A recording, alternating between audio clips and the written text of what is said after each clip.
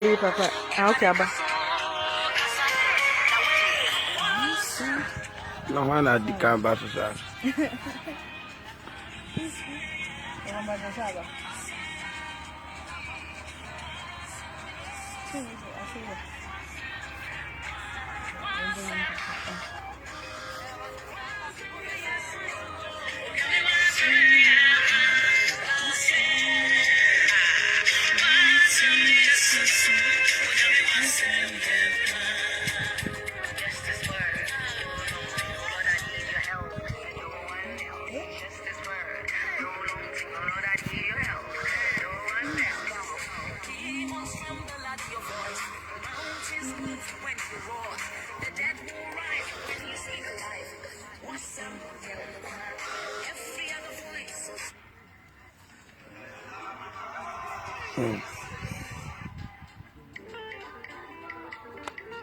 Agree.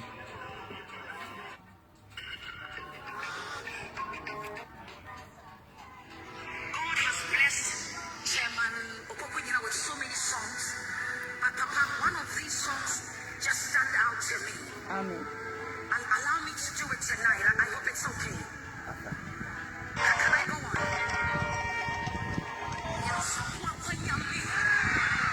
Amen. Bishop, praise God.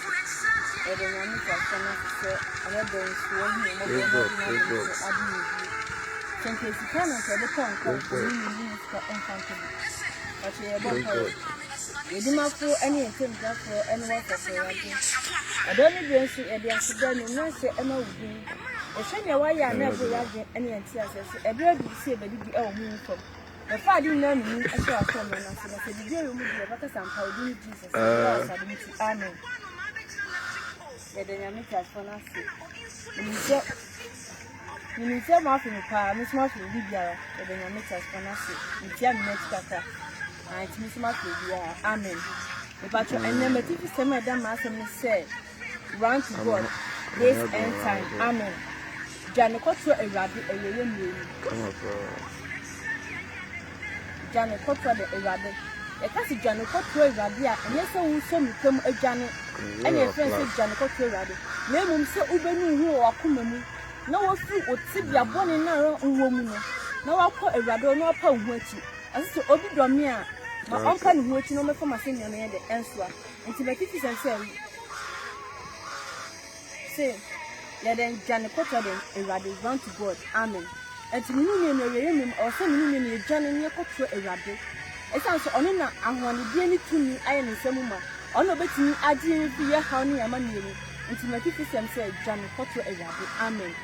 The patch I brought no years to buy, you know. Obey and send Channing and one baby. Oh, yes. Na everybody say yes to SL Corner. A chef from Mizansi Erade, na him for Corner Oko. I see me come with an channel to see baby mamma. Na say me bar me baba from Oko. Almost say riding a bread corner out the baba. I see, oh, a brand new nanny, the mere Cassam Germany. I just said, me papa also me pay me. No one can say, Neradi say, oh, ba, and you my bang, a bit of one dance, say, I'm pa over. I said, share, say me ba, and you mark a siak a CBC. Oh my best sorry, am I so I come to you my you can see a baby yassi.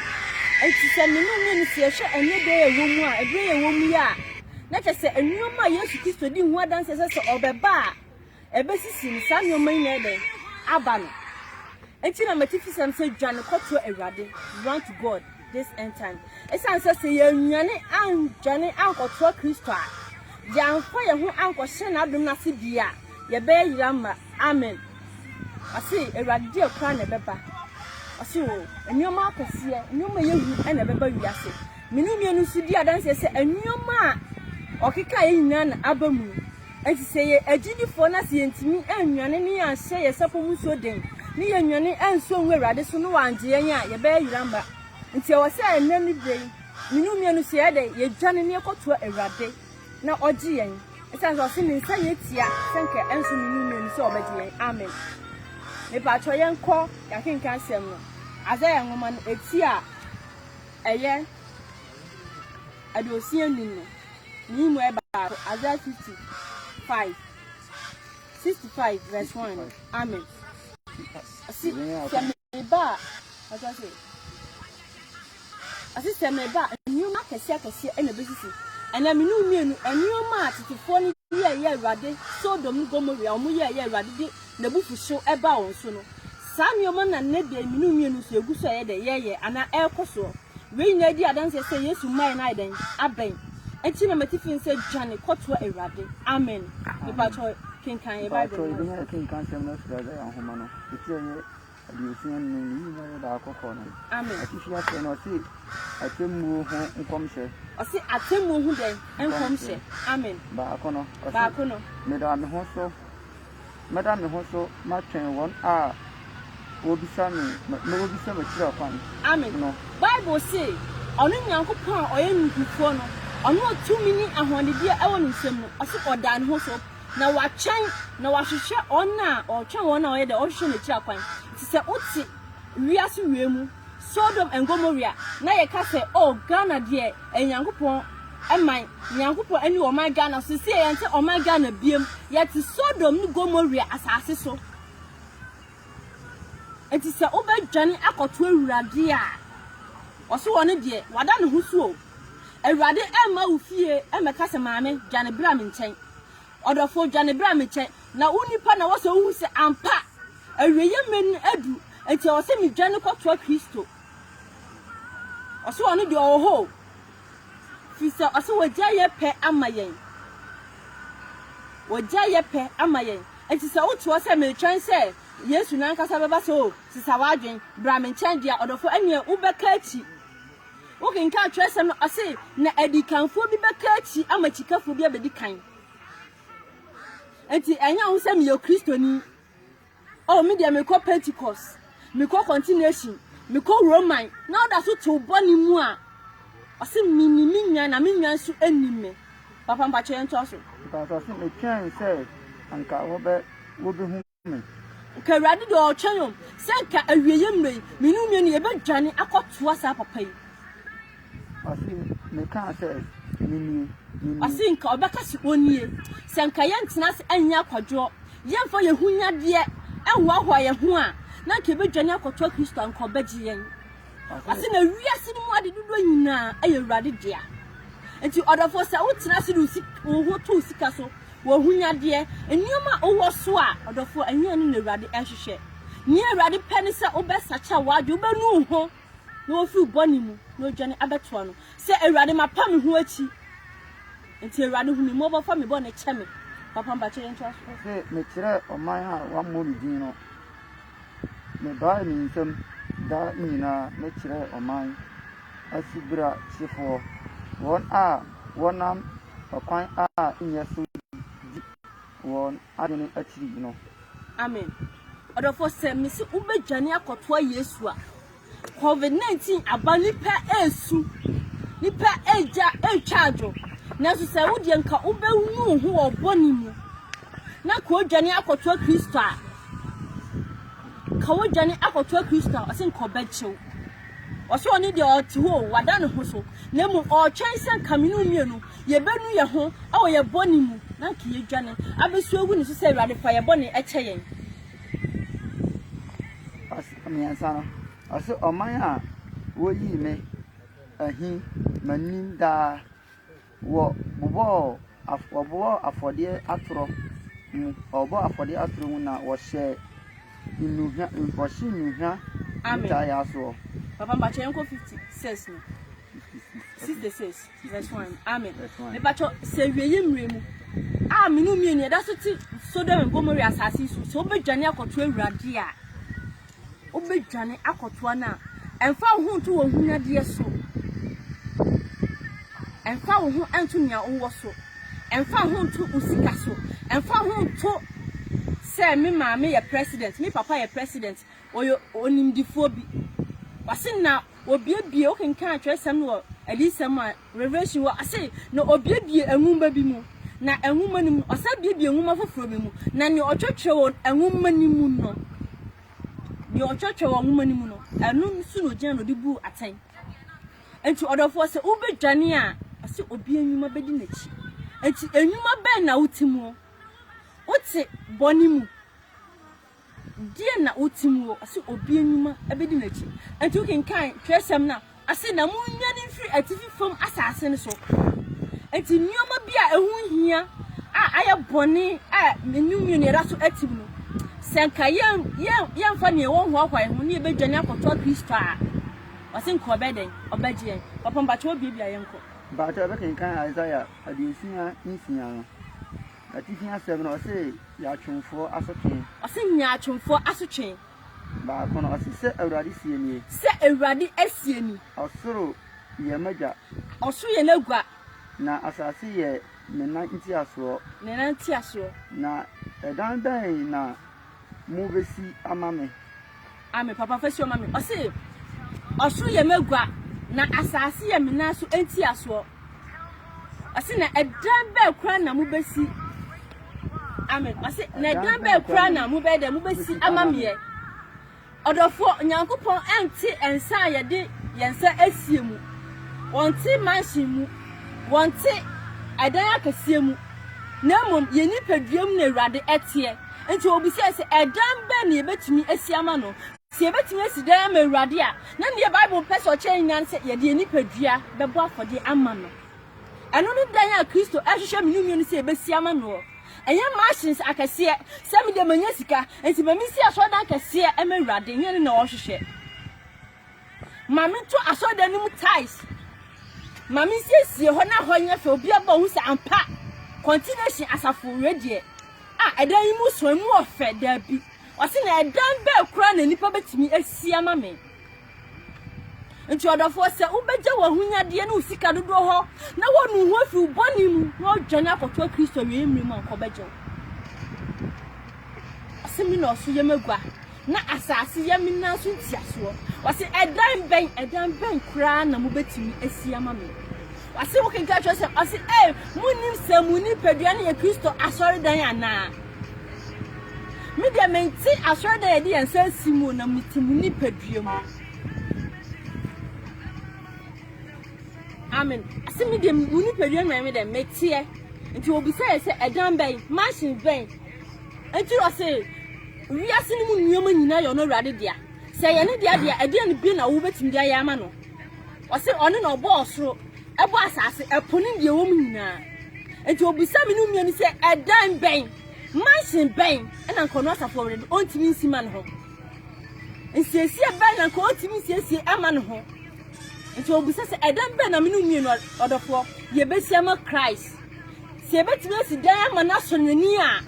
ene na ye de nipadua bebo afode ama no agi se de nipadua bebo afode ma Kristo ene ne dan a Awurade ohwehwe me ba chocho aso papa ne enko pa chawase na me home bia wo na me bia wo ana Awurade ne home bia ewo eni machines eni sikamu eni ahunyadie mu namum ewo yemu nti uke nka atwa no ase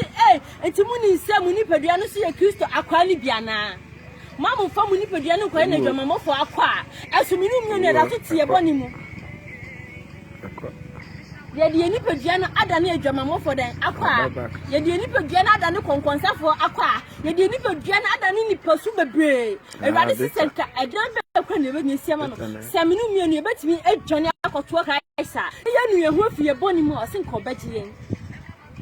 yes God ye Awurade eni wo oman Ghana so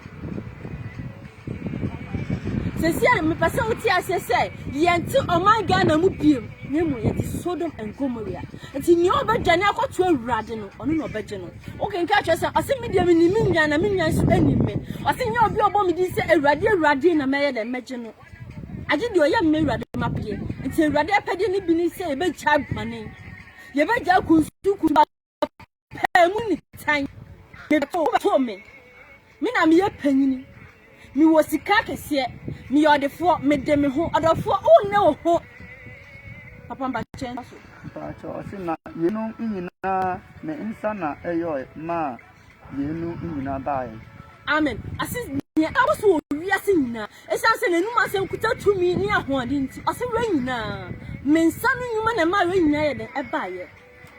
nti odofo wo sika ne wo hunyade na ewo ho no wontimi fa ho ntoso ma ne nje nkwa na mo se ubedwane ato Kristo a ubedwane ato Nyankopon a ne oso no okro no ne tumi ni ahone de wo ne nsam no oso one no obagye yen Amen. I see. I don't know when I'm with me, Mamma. COVID-19 aba. Any person, any per charge. You say, hey, you're not yet. So don't go more and you ma omuye ready to nabu for so bow so no. And then I my Ghana I see ready anywhere so. And then I ever see it is say and Ghana be to Sodom and Gomorrah. Amen. Me ba chen kwa asma for ni na tie edu no. Ni mo ye dia san nan no. Amen. Pa to si asma for mo ni. E tie edu ni mo ye dia san nan. E dia san nan. Amen. Enti se obedwane akoto Awurade a se obema ho kwan a se obenu hu a Awurade de obeye ode obon be chew no anya nkwachie woni mu emfa ho to ne awo so enipa bebre di wo ho to ne awo so nanso awieye no ankoyi amomo tukinka atwesem no se eh di akwa na mu betimi ayahye me medum edan bɛn ɔdɔfo enya wo dan no sika wo na Awurade ehia nemum se obebu wo akoma no opa ho achi wo fi ubo ne sum no obedi nachi mpacho yenko papa ibenya yekin kansem na fra somafo nyuma no etira yedu no ni moye adi asa nine no atifia se ora si Petro asem kan pacho amen osi Petro den asem kan amen asi na Petro gbe na no kan se no kwasem na mihunu se onyankopon enhwe onipa anim amen wase no kwasem mihu se onyankopon onhwe nipa anim enti odofo se woto na se wode wo hu ato ohunyade so wode hu ato sika so o mansions wasase wo hunyade a wo so se eni ti Awurade de baje me nkwa wase wo dada wo ho wase wo onhwe nipa anim o onhwe woni enye o sika dudu awo ana Awurade be ka se o sika wo nti majo nkwa bese ne ko heaven ase Awurade nhwe ni pani entu kin ka twese no wo di tono ase eh se ni onipa twe onipa aso no ana twe ne ba so sa na Nyankopon so atwe ni pa so enti amfa wo hunya de ho se ni ti Awurade baje me nkwa so oba hu no dwane akoto Yesu a Awurade baje mpa chocho so no ase na mmom oman biara mu ye onsuro no na oyo adi tenene no de oyo adi tenene no amen ase opese oje no se dia asem a odi bre Israel ase ma okay se dia odi bre Israel ase bre a onam Yesu Kristo so kan asundie ho asempa no tie no one onipa nyina wura mo aramo ni amen papa bacho kwesi one enko Jeremiah chapter 3 verse 1 amen e bacho oso Nyankopon onhwe onipa nimu o ma hwe onim se na wo ye president na wo ye apostle na wo ye minister oso onhwe nipa anim enti onhwe wanim na obuaten nemum unyuma pa obeye tenene ade a obeye so obenu ho afi uboni mu na Awurade ohwehwe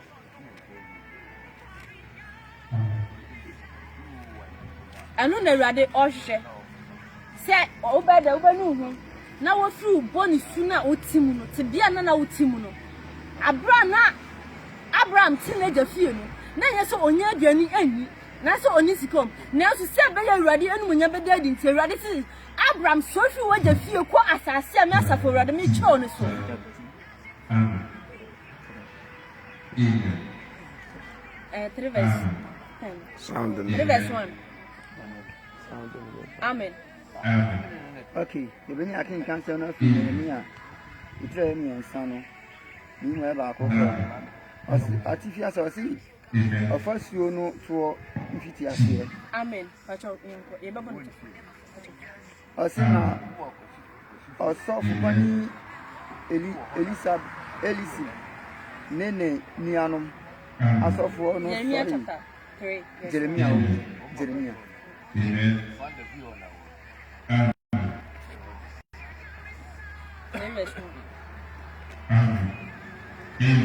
so therefore also no who feel born mu na ye dey wo sacha wadwen na wo pa wo achi na obefa Kristo asennua na ye dey ato mmetu so esan se awiye mre no na menu mienu na yeden ye wo mu okay akin kan se ben free Yeremia itre mi ensa no o si ahunu hu nkokobo amen ase ehunu den kokobo papa pacho kan maye o si se obari ma bi se obari ma bi ko ne yere na ofiri ne nchen ko hye obari ma foforo de a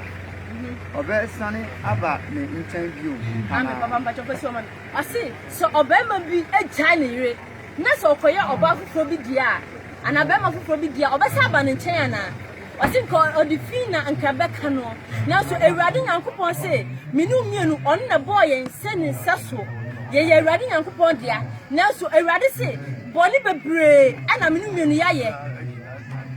na so efi akayen na so esa so nyame tiasefo nti ase ye samra ne nten se be ma bi jani ni kunu ana ojane you na so koye obi foforo dia ose na osaba ne nche obagina na odi fin beka no na ewrade nyankopon se minu mienu yakoba dwaman yakwa ne ho ensem fatade ho tie nioma ewrade echi yakoba dwaman ye yin segu ya ye nioma bebre na so ewrade se o tiase no ye kese echi yensa nwane mra ne nchen boni ayaye nyina ewrade se oni di on hwe sa boni ko amenu mienu yaye na mum ye nwane mra ne nchen ne ma pam nka asese ye pam ka enfunso bia oya otinu kwafo se ode enfunso de ebe che yen etorofo enfa oni sika dudu a wonya enfa oni ni a waye amen boni subi a waye bia ewrade se dwane be to ano na ode be che papa to ska fe ase woni adofu pi abo itaman de amen na so sane bra me nchen Ewrade asemi amen ma wani so kire okuko pata so amen na hwe ehina wo wungo kufi yana wa amen ibacho ye wasi se obi jani yira enti odofo se wo akwadi sakawa se wo akwadi sikaduro se wo kumipa se wo ye deboni bia wo ye bia se ne atie bia ewrade se jani beto ano enti na 50% say grant to God this end time amen se obi jani atu ewrade we emrem no so ogunu so na wonu wo fu body mu ewrade se hu bobo body acho adumiti amen ibacho ye bompaye yedi mafo ne entenja fo asafo ewrade edonsu ye da nyanya sema olu ma wasem enyini ewe mu to unsiransu agu wasem so ma asem ni enyini we mu na se anchena so okoma ye to so ni no ma yensi ayen yira ba ye na abonu ato sana asodi enina ye da wase so odi adumiti amen